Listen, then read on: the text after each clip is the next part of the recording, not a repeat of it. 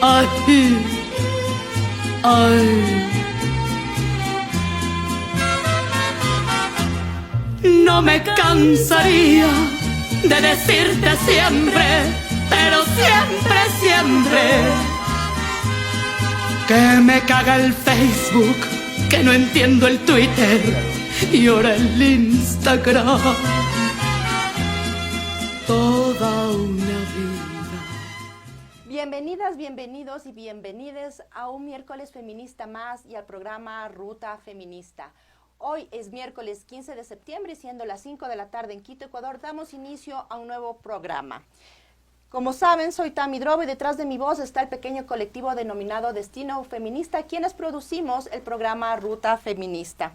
Nuestro reconocimiento y agradecimiento, como siempre, a Hoja de Ruta por hospedarnos y por asegurarse que las voces de los feminismos diversos lleguen a todas, todos y todes ustedes.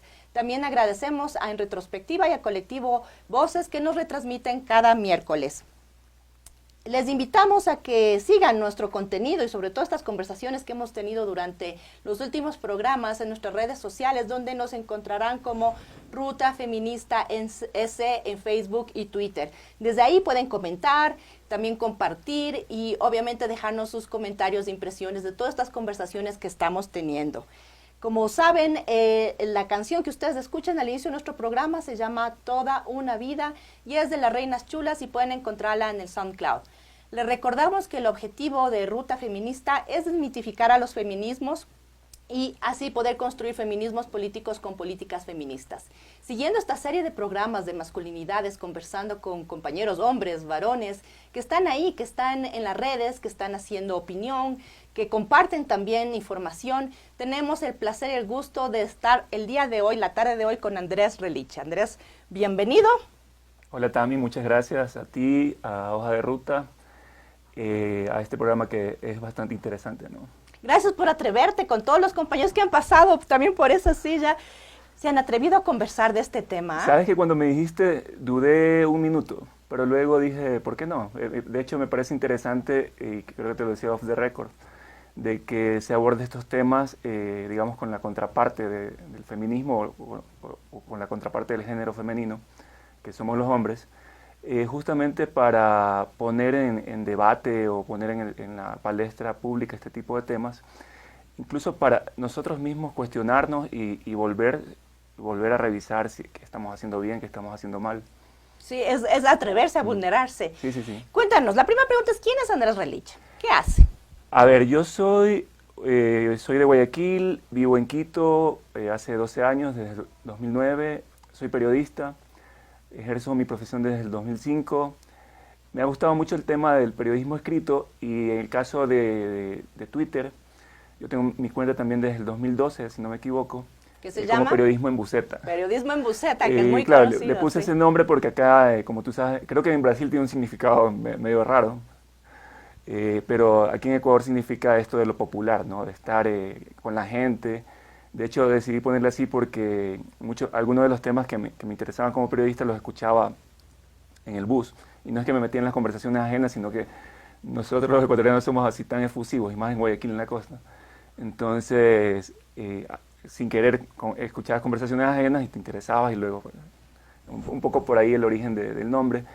Y bueno, he ejercido mi carrera como periodista en el Telégrafo, en medios privados, en medios públicos. De hecho, yo vine de Guayaquil acá para el proyecto de la agencia pública, que ya no existe, Andes, y trabajé ahí con 8 años y medio en todas las áreas, ¿no? Como redactor, como jefe de redacción, como director editorial. Y además tú estás siempre como compartiendo información, reflexiones, inclusive muchos datos. Esta semana o hace 2 semanas compartiste también datos sobre las mujeres y las niñas que son violentadas. O sea, estás también tú como... no solamente dando opinión, pero sí rescatando estos datos que muchas veces ignoramos, ¿no? Sí, me interesa mucho eso porque también conversaba contigo off the record, con el colega César Armando Bermeo, que se ha perdido mucho en los medios el tema del contexto. Los medios reproducen a veces noticias y tú expones en otro canal, no menciono nombres ahorita, o ves los medios y el enfoque y el enfoque de las noticias, la orientación es casi la misma, ¿no? Es como una bitácora de la desgracia, por decirlo de alguna forma, y no se va más allá en el tema de las causas, el contexto, lo que está los detrás motivos, de lo esto, que está ¿no? detrás. ¿Sí? Y me interesaba un poco ir eso, o sea, en el límite de caracteres que da una cuenta de Twitter, Sí, tienes que abordarlo de esa pensarlo forma. bien, Sí, ¿verdad? sí. Sí. Oye, ¿y qué es el feminismo para ti? ¿Cómo lo vives? ¿Cómo lo entiendes? ¿Cómo lo comprendes? Sí, a ver, yo he visto que justamente en el tema de las redes ha permitido una mayor visibilización del tema del feminismo, que a veces es como satanizado también por algunas personas. Vemos el caso del tocayo Pelachini. Sí. Y de alguna manera ha sido como una plataforma para que se visibilice más temas que han estado ahí, temas que son una realidad y que son una realidad oculta. El feminismo, yéndome ya en rigor a lo que me preguntabas, es la reivindicación de derechos, ¿no? También estaba leyendo un poco que desde el feminismo está vigente o activo tipo desde el finales del siglo XVIII, pero obviamente ahí no se había categorizado, ¿no? Porque igual en nuestra sociedad y los seres humanos utilizamos mucho las categorías para Necesitamos ponerle denominar etiqueta. etiquetas, claro, que el socialismo, que el feminismo mismo, el machismo, que es un mal atávico en el Ecuador. Bueno, más allá de las etiquetas, pero sí es un movimiento interesante, es un movimiento bastante fuerte, que reivindica causas, reivindica derechos, reivindica reparaciones históricas para injusticias que se han cometido contra las mujeres, ¿no? Marginación, brecha salarial, inequidad, Tantas cosas. ¿Cómo lo vives tú? violencia. ¿Cómo lo vives tú diariamente? Más allá de tu análisis, más allá de lo que tú puedas leer, reflexionar o ver, ¿sí? A las compañeras feministas ahí interactuando, interpelando, disputando espacios. ¿Cómo lo vives tú ahí en la parte del chungo del corazón? Lo veo con bastante simpatía, afecto, y yo creo que también, o sea, sin querer simpatizar, o sea, ser simpático contigo, con la audiencia o con las personas que ven este programa, yo sí me considero feminista, en el sentido de acoger esa causa y apoyarla también. Pero, como lo veo en el día a día, veo que a veces hay estas disputas, incluso por el tema de en Argentina se aprobó recientemente esto de la inclusión en el tema del lenguaje. Hay gente que dice, yo no estoy de acuerdo que Esa es se una diga todas otra disputa. todas y todes y no sé Todes. qué, y los y las. Pero creo que es válido, o sea, si es un grupo importante que está exponiendo sus reivindicaciones o su forma de pensar desde ese punto de vista y sin hacerle daño a nadie, me parece que está bien, lo veo con simpatía, lo veo con interés y lo veo como aprendizaje también. Sí, de todos los días y todo el tiempo. Y por eso estás aquí también. Sí, quiero agradecer perdón. y reconocer eso, Andrés, porque yo hablaba pues en los otros programas con los otros compañeros y es bastante complejo teniendo este análisis del movimiento feminista, las feministas que representando el feminismo creen que los hombres no pueden nombrarse feministas. Yo creo, y lo dije también en un trino, que las luchas tienen que ser interseccionales, donde los compañeros, Así varones, es. hombres, tienen también que apropiarse de los espacios en los que están y de lo que tienen para apoyar las luchas, ¿no? Entonces, sí, yo respeto mucho cómo las personas se autodefinen, cómo se identifican y para mí, como se dice coloquialmente en nuestro idioma ecuatoriano, bacán que los compañeros se sumen y se llaman Claro, y feministas. bacán que también abordes estos temas aquí, ¿no? Para que es una especie de retroalimentación de aprendizaje. Sí, y que se atrevan como a compartir y también que, bueno, ya vamos a seguir con las invitaciones paredón. posteriormente en el paredón, no es paredón, pero sí es importante, ¿no? Tener esa reflexión y conocer cómo compañeros como tú que están ahí creando opinión, información, que están continuamente llegando a audiencias, piensan y reflexionan sobre estos temas. ¿Cuáles tú crees que son estos aportes de las feministas en el país? ¿Y cuáles crees que son como ahorita estas luchas que tienen que darse, que tienen que debatirse o que están, digamos, en lo candente de la opinión pública que cambia cada día y cada semana dependiendo del escándalo, pero en términos de las luchas que tú ves y que presientes que están aquí dándose? Tú me preguntabas cuál es el aporte. Yo creo que es poner sobre el tapete, como que machacar en la conciencia, no soltar el tema. A veces es hasta como, también ahí hay una inequidad porque la gran agenda privilegia a veces temas del fútbol, de otras cosas, del narcotráfico, de los deslices verbales del presidente Lasso ahora. Que son muchos. En los 4 años anteriores fueron los de Lenín Moreno. Y a veces, por ejemplo, en redes eso como que se hace tendencia. Pero lo importante es esta persistencia, ¿no? Lo veo yo desde mi punto de vista, de estar ahí constantemente. Y el tema de la sororidad, el tema de reclamar cuando ha habido algún abuso. El aporte es tener las luchas ahí. El tema de la ley del tema del aborto, que se le define así, pero es del aborto por violación sí, tiene ahorita. Tiene un nombre, el aborto por violación. Es una lucha que le han dado y que se va a cristalizar, creo, ya con una ley en la Asamblea en las próximas semanas o meses, ¿no? Sí, creo que inclusive tienen un periodo como para que la Asamblea ya lo procese y la saque, no sé, 6 meses eran, ¿no? Sí, está en la Comisión de Justicia. Andrés debe saber muchísimo más, sí, yo sabía que... La Comisión de Justicia. ¿Y tienen hasta cuándo, no? 6 meses. Creo que eran 6 meses, sí, sí, a partir de que ya entró en la comisión, en este caso en la Comisión de Justicia. Es de justicia. Sí. Los desafíos que tú sientes presentes, observas que las feministas tenemos, bueno, sabemos que las redes y Twitter es un universo chiquito, ¿no? Ahí también nos desenvolvemos, ahí nos conocimos también. Ah, sí, claro. Pero también en el día a día de la vida cotidiana. ¿Cuáles ves que son estos desafíos que tenemos, tanto en las redes como en la vida cotidiana? Yo creo que uno de los desafíos es considerar que los hombres no somos enemigos de las mujeres, ¿no? Porque también he visto algunas chicas que ponen, y me llama la atención esto que ponen hombres sin con, H y con B no pequeña. sé qué significa. Ya luego quizás me explique. Y vernos como, si bien es cierto, de alguna manera la violencia machista, el patriarcado, es lo que ha generado que existe el feminismo, que no es, por cierto, antónimo del machismo, ¿no? No es. El embrismo sí, pero que todavía no está aceptado por la Real Academia de la Lengua. En todo caso, no somos enemigos, ¿no? Pero eso sería uno de los desafíos, saber que, o sea, si bien es cierto, es difícil restaurar la confianza, porque la violencia contra las mujeres viene del patriarcado de los hombres, pero que no todos los hombres son enemigos, ¿no?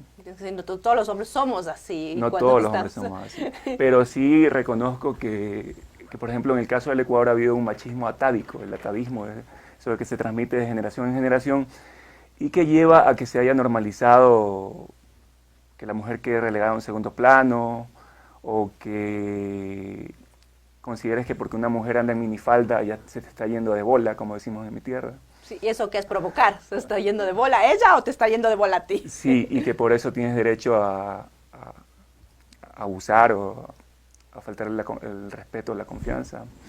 También la violencia simbólica, que es el lenguaje. Eso es también para reflexionar bastante de parte de los hombres.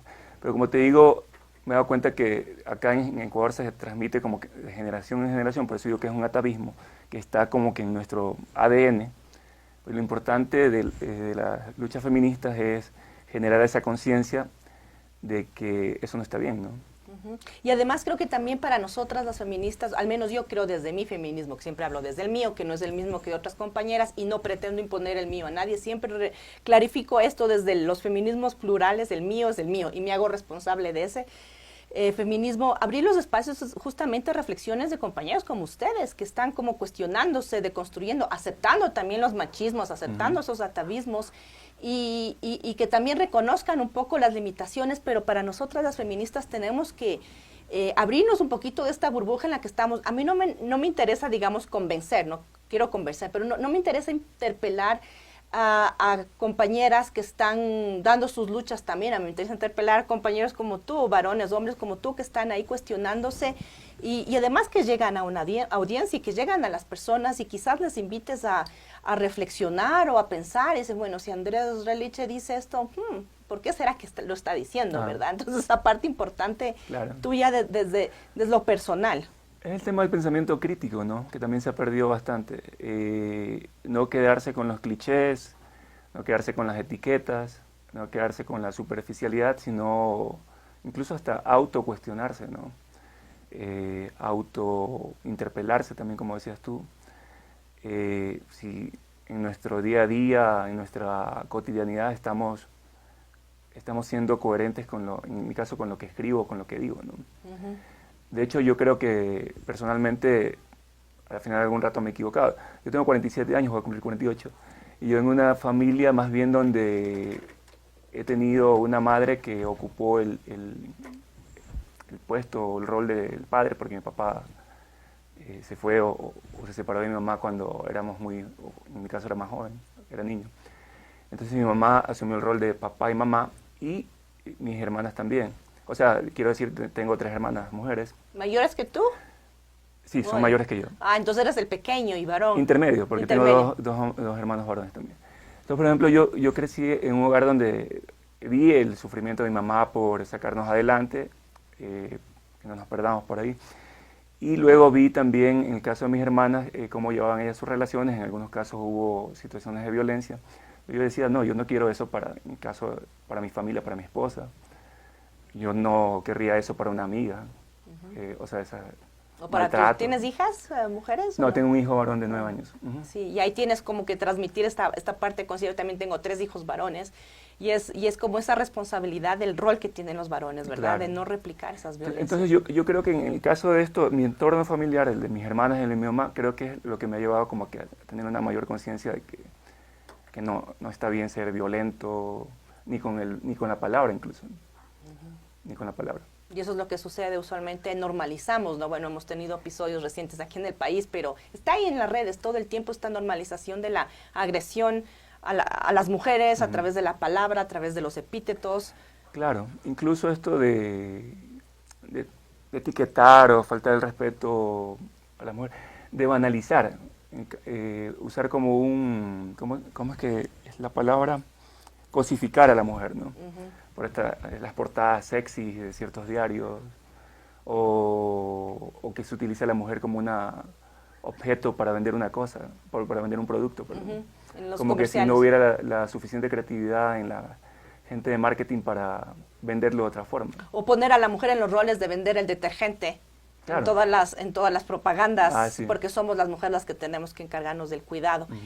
En todo esto de las redes, todo lo que ha pasado, acontecido, Andrés, bueno, con los episodios de personas conocidas, y también hablando con nosotros, otros compañeros varones, hombres que estuvieron aquí, esta responsabilidad que tú tienes de crear opinión, de estar detrás de una cuenta, en muchos casos detrás de una cámara, de un micrófono, ¿cuál crees que a partir de ahí, desde lo que eres, desde donde estás, es como tu aporte?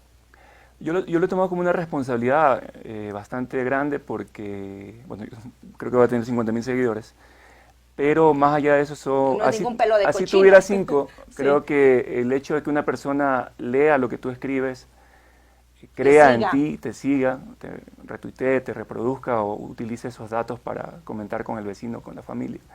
Creo que ya en sí es una responsabilidad bastante grande, y desde ese punto de vista yo lo asumo así, ¿no? Una responsabilidad, dotar a la gente de elementos para que amplíe el debate. Yo la semana pasada, no recuerdo si publiqué este tema de la libertad de expresión, por el caso de este presentador de Guayaquil, de cuyo nombre no quiero acordarme. Queremos acordarnos pero que es mi tocayo. Pero que además anda por todas partes. Entonces, yo claro, me puse a reflexionar el tema de la libertad de expresión, que sí tiene límites. Es una paradoja, pero la libertad de expresión tiene límites. Y los límites se los pone uno mismo en el tema del respeto a la persona, el respeto a la honra, el buen nombre. Y yo decía que finalmente, y más allá de que una cosa esté escrita en una ley, que las leyes regulan el comportamiento de las conductas sociales, más allá de que esté escrito en una ley, es un tema de empatía, o sea, de ponerse en los zapatos del otro, en pensar si lo que tú dices, haces u omites vaya a causar daño, dolor, angustia a otro ser humano.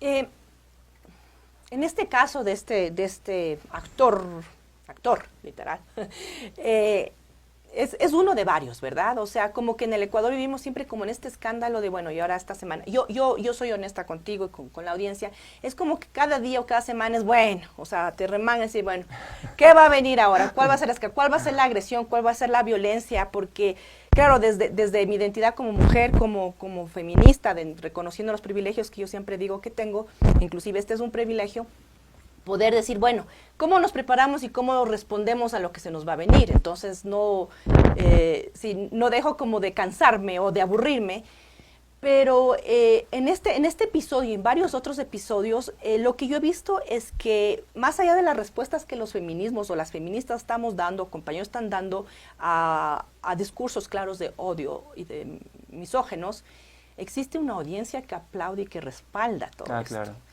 ¿Cuál es tu análisis o sea, la sociedad está compuesta por diversidades de cosas, pero cuando vemos quienes estamos disputando los espacios de posicionar temas como el feminismo, nuestras seguidoras y seguidores son...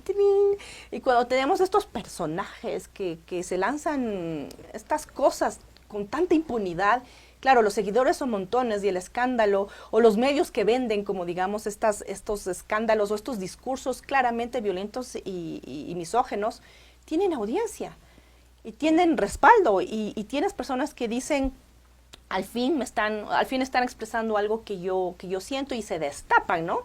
Tú decías esto de que las mujeres nos ponemos una minifalda, algo, después estamos como parando, ¿cómo fue que dijiste? Están dando... Bola. Se le va de bola. Se va de bola, ya. O estamos llamando la atención. Y en estos discursos, me acuerdo, en el Twitter, hubo alguien que dijo, es que es lo mismo, tú no sacas tu celular en un sitio público para que no te lo ranchen y lo roben. Es lo mismo, las mujeres no pueden ir en minifalda provocativas en un sitio que saben que hay hombres. Entonces yo comparaba y decía, bueno, somos un iPhone, no somos un Samsung, no somos un teléfono. ¿Por qué crees que hay toda esta gente que está ahí? ¿Y qué podemos hacer?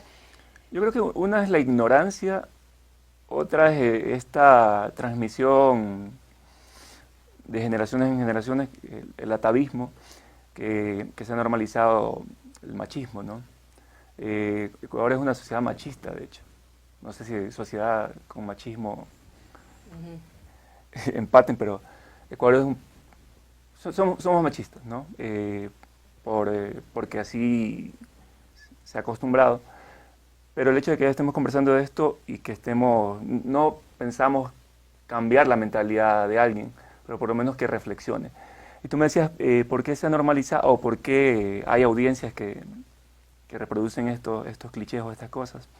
Es por la ignorancia y otra es por la falta de elementos en los medios de comunicación o en los programas que ahora hay en YouTube, por ejemplo, y que no es el caso de este programa que tú diriges, que no te dan elementos de juicio para que tengas o para que alimentes el debate o para que reflexiones o para que revises tu conducta. Esto sin tratar de ser moralista, sino que te venden banalidades, te venden clichés, te venden, ¿qué te puedo decir? No fomentas a que haya una sociedad crítica. ¿Y eso se puede arreglar con una ley de comunicación o regulando la libertad de expresión o comprendiendo lo que es la autorregulación, ¿no? Sí, yo creo que es la autorregulación. Hubo la ley de comunicación que se la hizo LAIC en el gobierno de Moreno. Tenía normativa que sancionaba estos temas, pero en la práctica había como un repliegue de los medios y periodistas donde decía que la mejor ley es la que no existe. Y defendiendo la libertad de expresión, no importa cuál sea esa. Y se enarbolaba este tema que yo no estoy de acuerdo de la libertad de expresión per se, como un libertinaje para hacer y decir lo que te da la gana. Entonces, no sé, creo que es un poco complicado que cambie de un rato a otro, pero lo importante creo que es utilizar los espacios y los medios que sean posibles para transmitir un mensaje, ¿no? Que no va a cambiar, no va a ser como un sermón o va a ser algo que quiera jalarle las orejas a alguien para que, como muchacho malcriado, cambie de un rato a otro, porque le dicen, sino que te dé elementos de juicio para un pensamiento crítico. Mira que yo revisaba antes de venir acá cifras, datos sobre los feminicidios en Ecuador, y hallé que solamente hasta el mes de junio se registran 68 feminicidios. Aquí en el Ecuador, en el 2021. Esos son los que están registrados por una organización que se me fue el nombre, Alianza para el Registro y Mapeo de Femicidios en el Ecuador, se llama. Y supera al mismo periodo de tiempo del año pasado, que fue hasta junio, que fueron 53 casos. Pero más allá de eso, lo que preocupa son las cifras ocultas, ¿no? Las cifras que no se muestran. Esto es en el caso de muertes, que son de un rango de mujeres de entre 25 a 38 años. Y lo que a mí me preocupaba también es que hay unos datos oscuros, datos ocultos, de las denuncias por violencia, por ejemplo, que no han llegado a la muerte, pero que de todas formas puede haber causado lesiones, incluso daños psicológicos. ¿Quién registra eso? Y más allá de las cifras, es una realidad que está ahí en el día a día y que no se muestra, no se discute. Y cómo respondemos también desde las limitaciones, o desde lo que siempre digo, desde donde estamos, desde lo que somos, cómo respondemos hacia esa realidad, ¿no? Claro. Y desde los feminismos, la premisa, y en Ruta Feminista tenemos esta premisa de lo que no se nombra no existe. Entonces, si es que no mencionas datos, si es que no dices esta realidad existe desde lo que está 68, me dijiste 2021, 68 hasta junio. Junio, julio, agosto, 2 meses ha de haber aumentado. Y tenemos estos datos de mujeres asesinadas violentamente, inclusive por su círculo cercano, que siempre decimos, y no se menciona o no se sabe. Y por eso la importancia que inclusive desde tu cuenta tú estés ahí recordando a la sociedad. Claro, otros datos, por ejemplo, que revisaban un informe reciente, y te lo voy a pasar, de las Naciones Unidas, Banco Mundial de Naciones Unidas, que apoyó un estudio, que durante la pandemia también aumentó la carga del trabajo no remunerado en el hogar para las mujeres, por ejemplo. Sí, y tuvimos, casi en un 30%. Tuvimos hace unos días un debate en Twitter sobre eso, ¿no? Y como se trata de, inclusive, con condescendencia, callar o ignorar las voces de muchas feministas que estuvieron ahí también como tratando de explicar, ¿no? Y de mencionar. La ley para la erradicación de violencia contra la mujer, que en el gobierno de Lenín Moreno le quitaron el presupuesto, le rebajaron en casi el 90%. Había según la ley, el Ministerio de Justicia era el que tenía que implementar el tema de la ley, pero el Ministerio de Justicia lo desaparecieron, entonces quedó en la nada. Así estamos.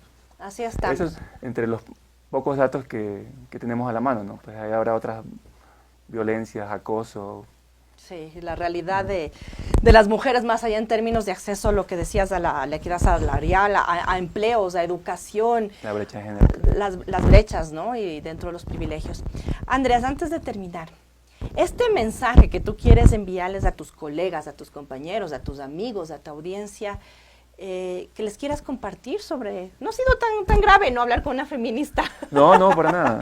Y tampoco dentro de estas creencias que se tiene de que las feministas, bueno, yo digo, hay feminismos violentos también, hay que reconocerlos y de eso no se habla. Quizás tengamos que hablar en algún momento, pero...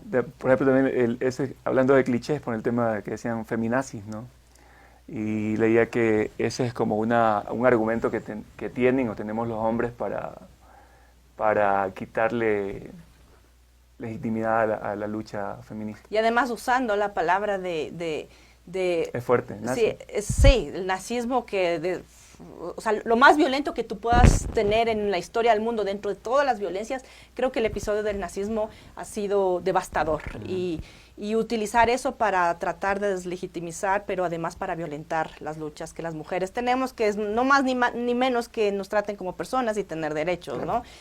Ese mensaje, Andrés, para tus compañeros también, para tu audiencia, Bueno, el mensaje es que no estigmaticemos, que nos informemos, que tengamos empatía. Es una palabra que se la dice fácil, pero en el día a día, en la vorágine de una sociedad polarizada, que tiene también otras urgencias como los temas económicos, el empleo, a veces dejamos pasar por alto, ¿no? Pensar, ponerte en el zapato del otro y no satanizar, ¿no? Si la lucha del feminismo o de las mujeres que reivindican sus derechos. No le hace daño a nadie. ¿Quiénes somos nosotros para criticar o para estigmatizarlo o para deslegitimar? Que se informen, que se pongan en el zapato del otro. Yo creo que ese sería el mensaje final y central. Y que se atrevan a tener una amiga feminista también. Ah, claro. No, y discutir, dialogar, porque, o sea, tampoco imponer tus argumentos, ni quedarte con el otro, sino en este diálogo, que es un intercambio de argumentos, digamos, hacerte una idea o saber por qué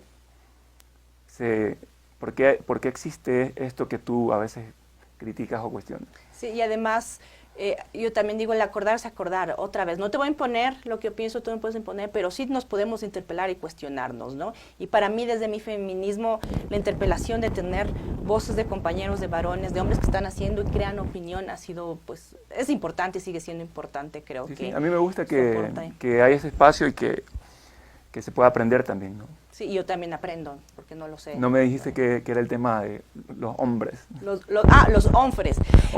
Este término se usa dentro de los feminismos. Muchas feministas tratan de utilizarlo para definir a los hombres que son machistas, que están dignos hijos del patriarcado, que son los que ejercen la violencia, que son los que minimizan las luchas de las mujeres, que son los que obviamente no se dan cuenta del privilegio género que tienen y que son los que utilizan todos sus espacios para violentar, estigmatizar y para mantener sus privilegios. Yo sí creo que los feminismos estamos rompiendo con mucho y hemos roto hasta el miedo, y es posible que estos hombres con sin H y con B pequeña estén reaccionando frente a eso, pero los hombres, los varones, los compañeros son otros, son personas como tú que se atreven a vulnerarse y también a cuestionarse y a tener una conversación como esta. Andrés, muchísimas gracias. Muchas gracias. Y seguimos en las redes y seguimos en... Seguro que sí. Gracias Andrés. Desde los Andes ecuatorianos, en las mágicas colinas aledañas al río Intag, provincia de Imbabura, nace un café, cultivado con amor por valientes mujeres a las que pertenece la marca Francesca. Cada grano se escoge con cuidado para que cada taza de café sea una experiencia única. Francesca te inspira. Francesca te apasiona. Francesca te enamora. En cada sorbo, descubre lo mejor de ti.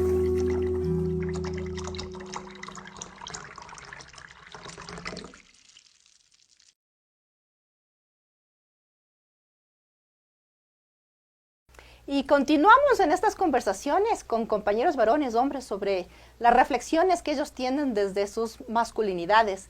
Nos acompaña otro Andrés Durán. Andrés, bienvenido a Ruta Feminista. Gracias por haber aceptado la invitación. Antes de empezar pues con la conversación, cuéntanos quién es Andrés Durán. Bueno, muchas gracias por la invitación, gracias a toda la audiencia que en este momento nos sintoniza. Pues bueno, Andrés Durán es eso, ¿no? Un Andrés, un chochólogo, diría por ahí algún pseudo comunicador y ex congresista. Un longo también, cualquiera, soy un longo cualquiera. Nací en el sur de Quito, soy quiteño, con mucho orgullo en el sur de Quito. Pues bueno, transité mis estudios, los hice en el extranjero, estudié en Argentina. También pasé por la Facultad Latinoamericana de Ciencias Sociales, pero ya acá en Ecuador. Y pues bueno, me he dedicado a la profesión del periodismo, la comunicación social y la producción audiovisual. Y ya son 12 añitos de dedicarme a esto. Y tengo, bueno, estoy próximo a cumplir 31 pirulos. Híjole. 31 buencito. Primaveras. Así que todavía estoy con las plumas ahí, pollito. Pollito, saliendo recién. Pollito. Creo que es súper importante lo que tú decías, lo de las identidades, ¿no? O sea, yo también me identifico como cholandesa, porque soy chola, pero ya vivo en las Holandas.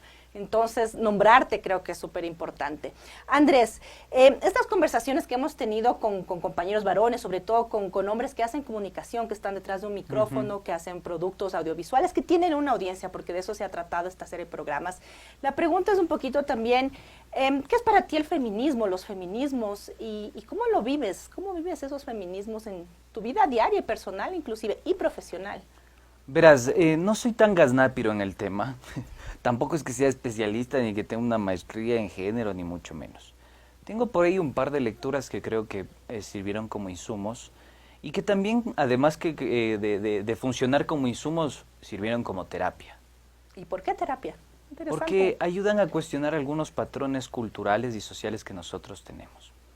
Por ejemplo, a mí me encanta este debate que tiene Nancy Fraser con Judith Butler sobre la redistribución o el reconocimiento.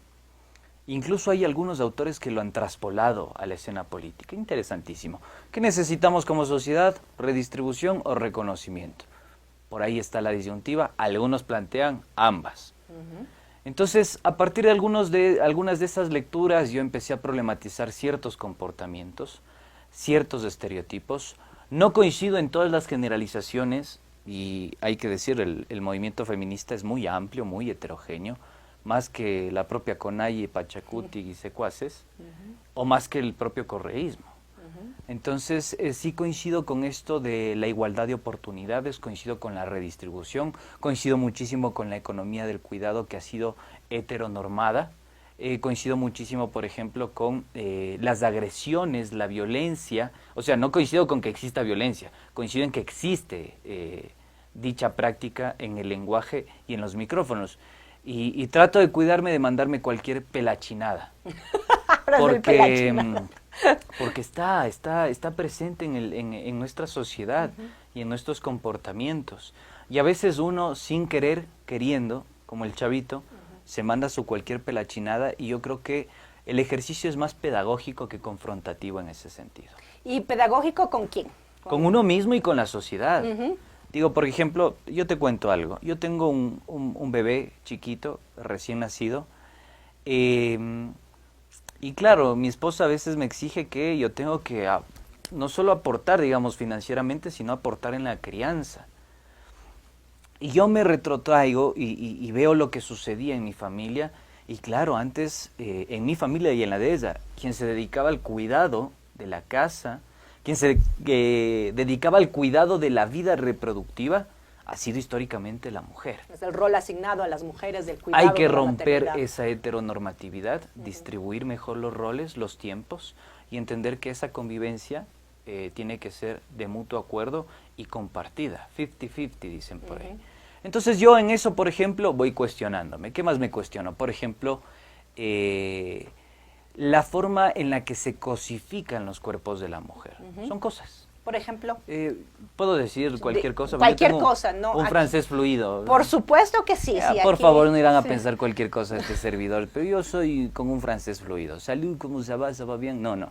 Hasta ahí nomás sé de francés, pero sí sé otro francés. O sea, por ejemplo, culos, tetas. Eso es. Eso es lo que define a la mujer. Eso es lo que históricamente está en el discurso hegemónico predominante de los medios de comunicación. Culos, tetas.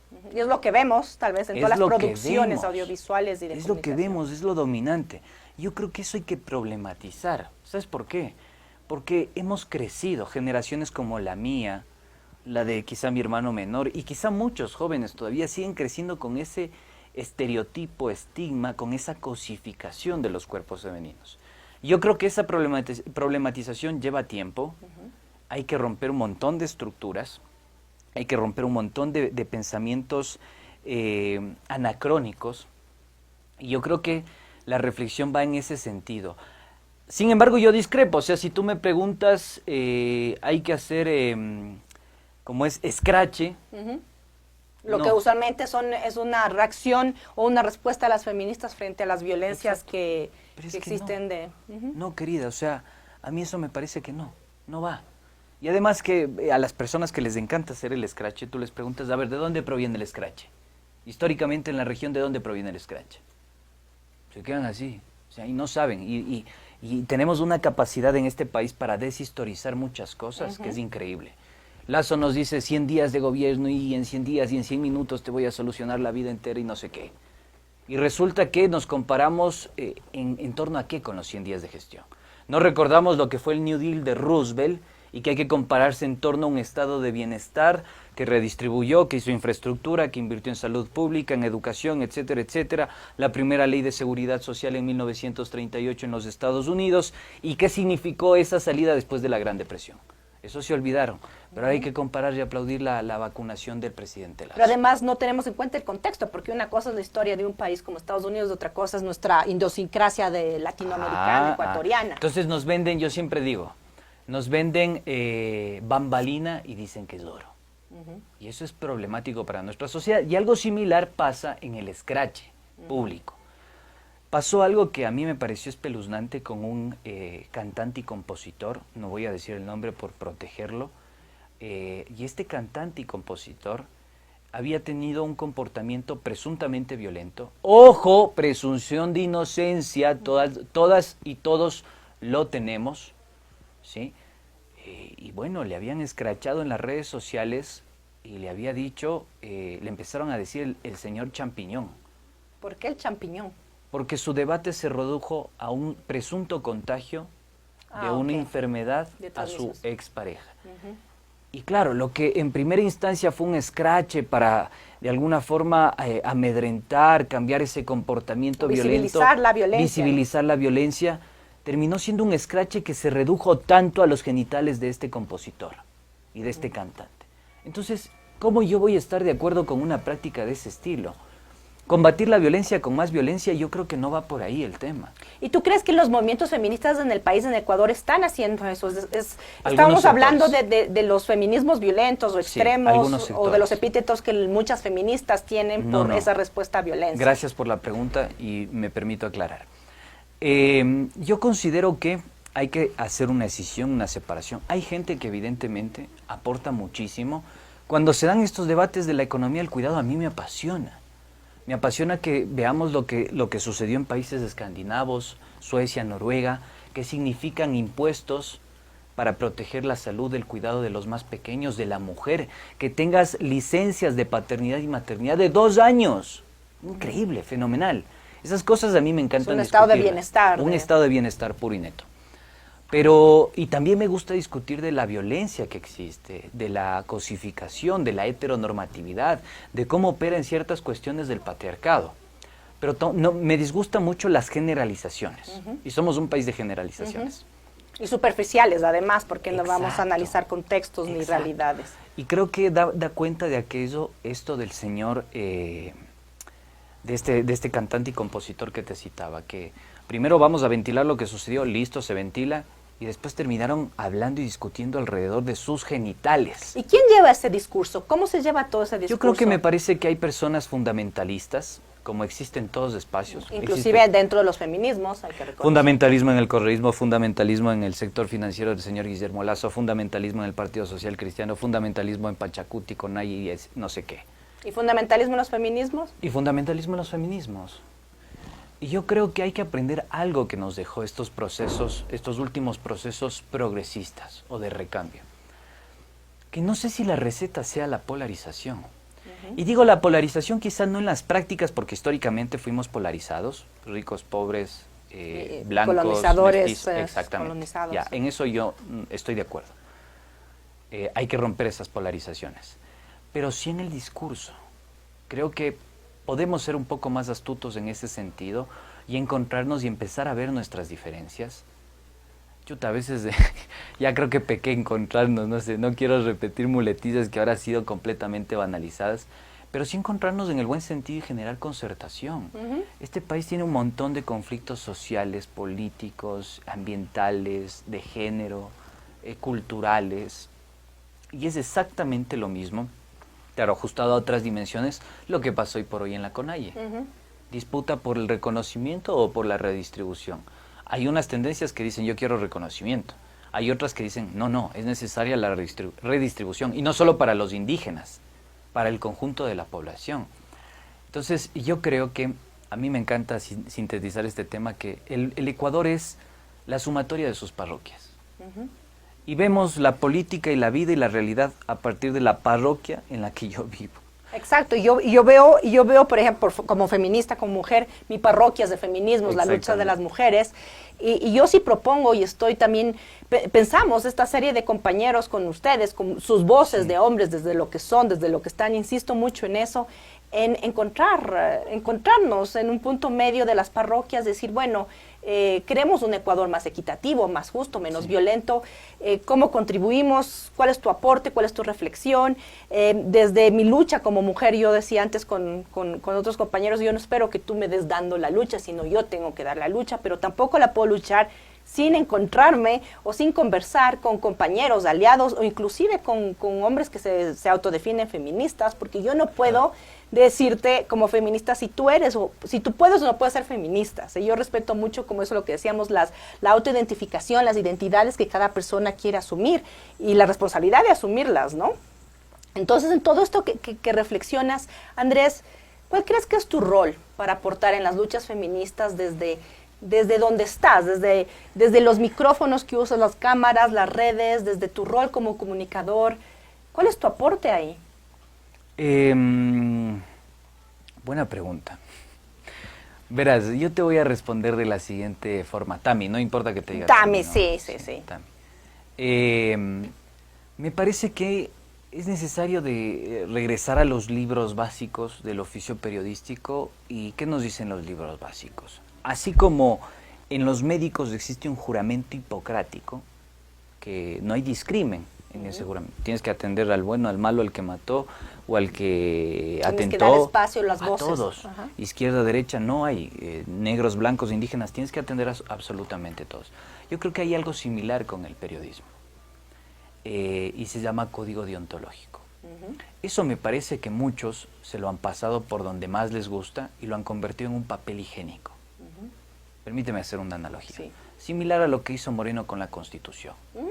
Convirtió a la Constitución en un papel higiénico. Algunos comunicadores convierten al código deontológico del periodismo en papel higiénico. Por eso las pelachinadas. Por eso lo que dice Andrés Pelachini. Aunque, ojo, acá hay un discurso perverso. Y ahí voy a contestar tu pregunta. Juegan muchísimo con el sentido común. Y como somos una sociedad de etiquetas, feminista, ya tiene una postura, no va a ampliar un poco más el debate, está en contra de los varones. Y no es así.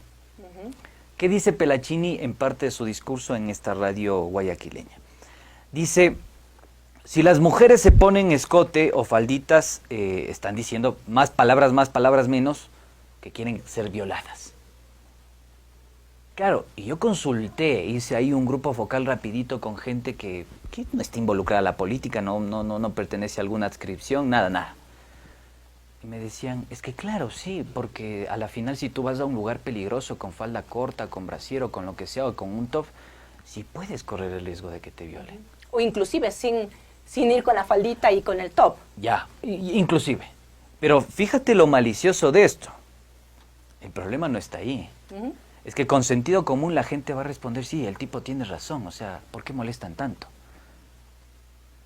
El problema está en que la reducción de ese debate se centra en algo que no existe, porque la mayoría de violaciones no ocurren en la escena pública, ocurren en la escena familiar. Y privada. La mayoría, el 95% de las violaciones ocurren en el seno de la familia y es privada. No ocurre en el estadio de Barcelona, como decía, o si es un barrio peligroso en el Guasmo o cualquier otro lugar peligroso, violento, lo que sea. ¿No? Ocurre en la escena privada. Y la problematización de esa escena privada y familiar es la que no existe en los medios de comunicación.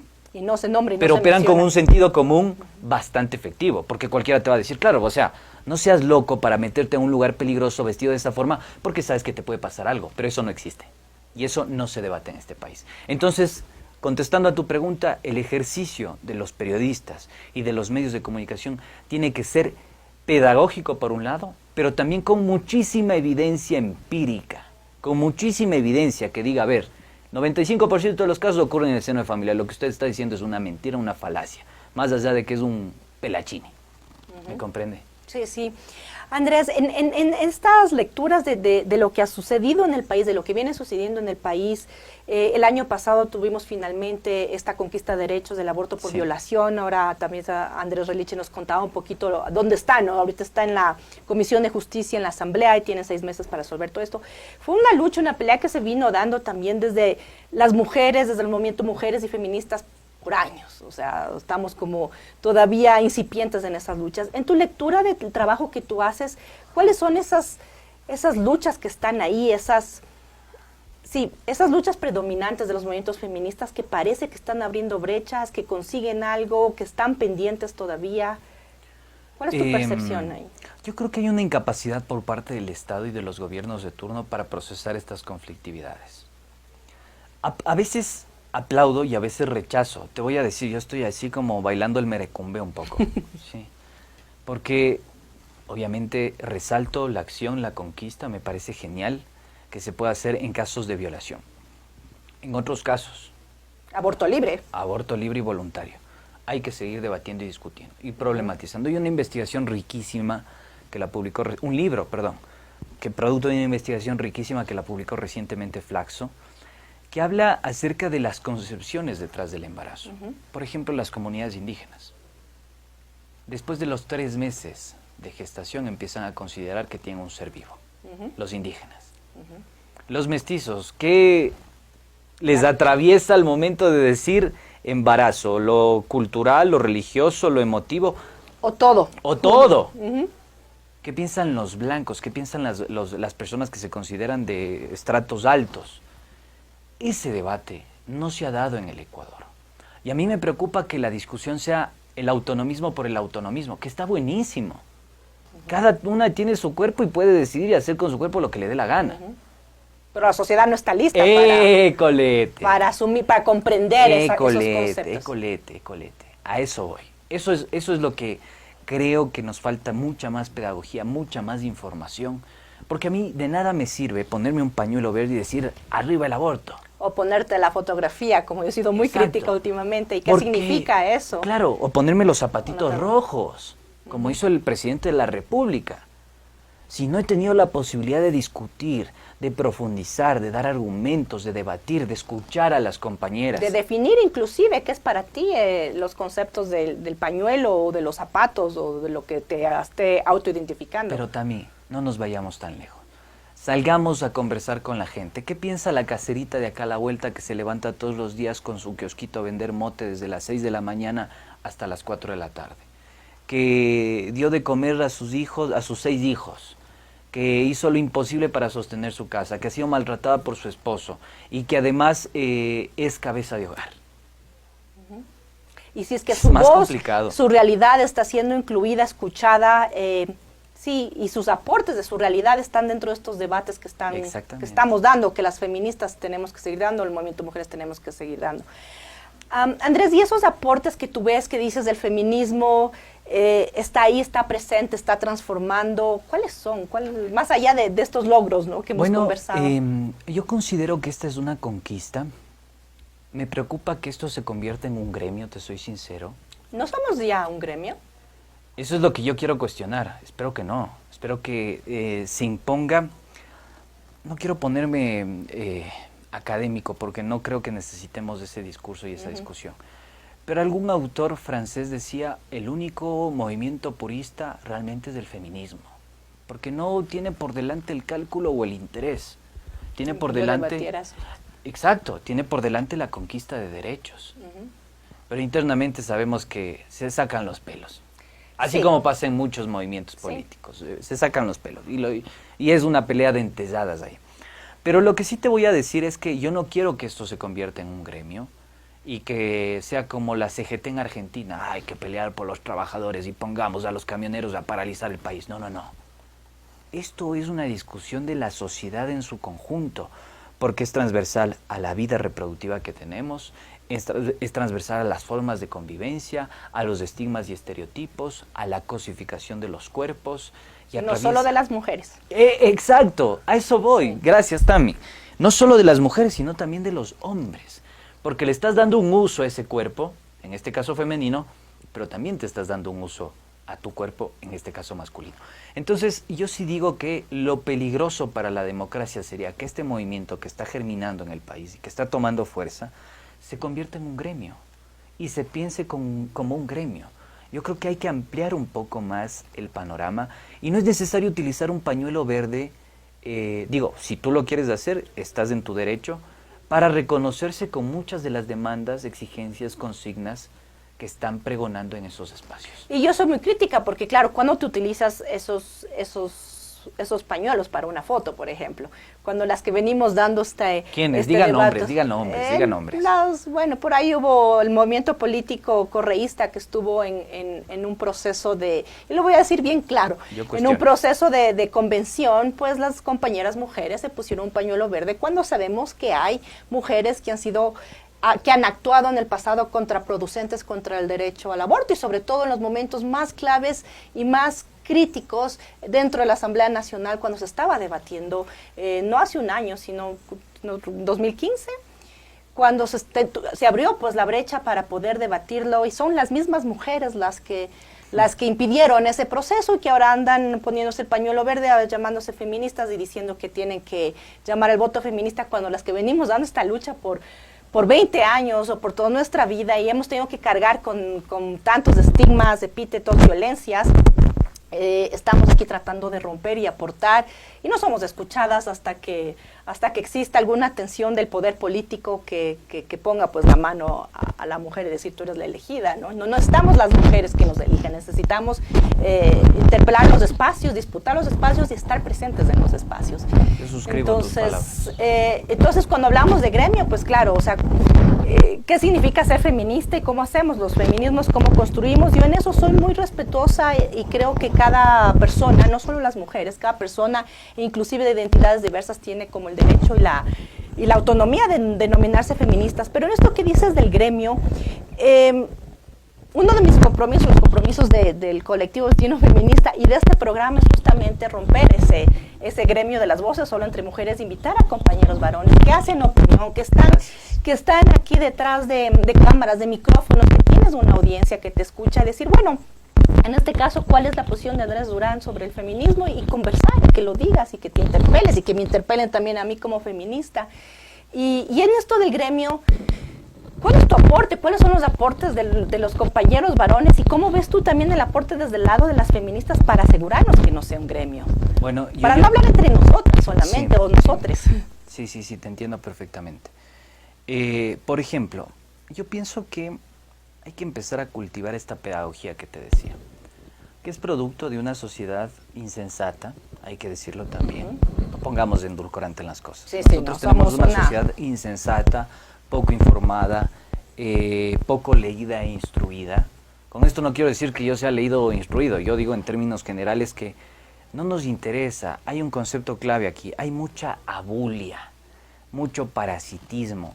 Queremos reduccionismo del debate, nos gustan muchísimo los TikToks, pensamos que con eso vendemos, que con eso nos basta y nos alcanza.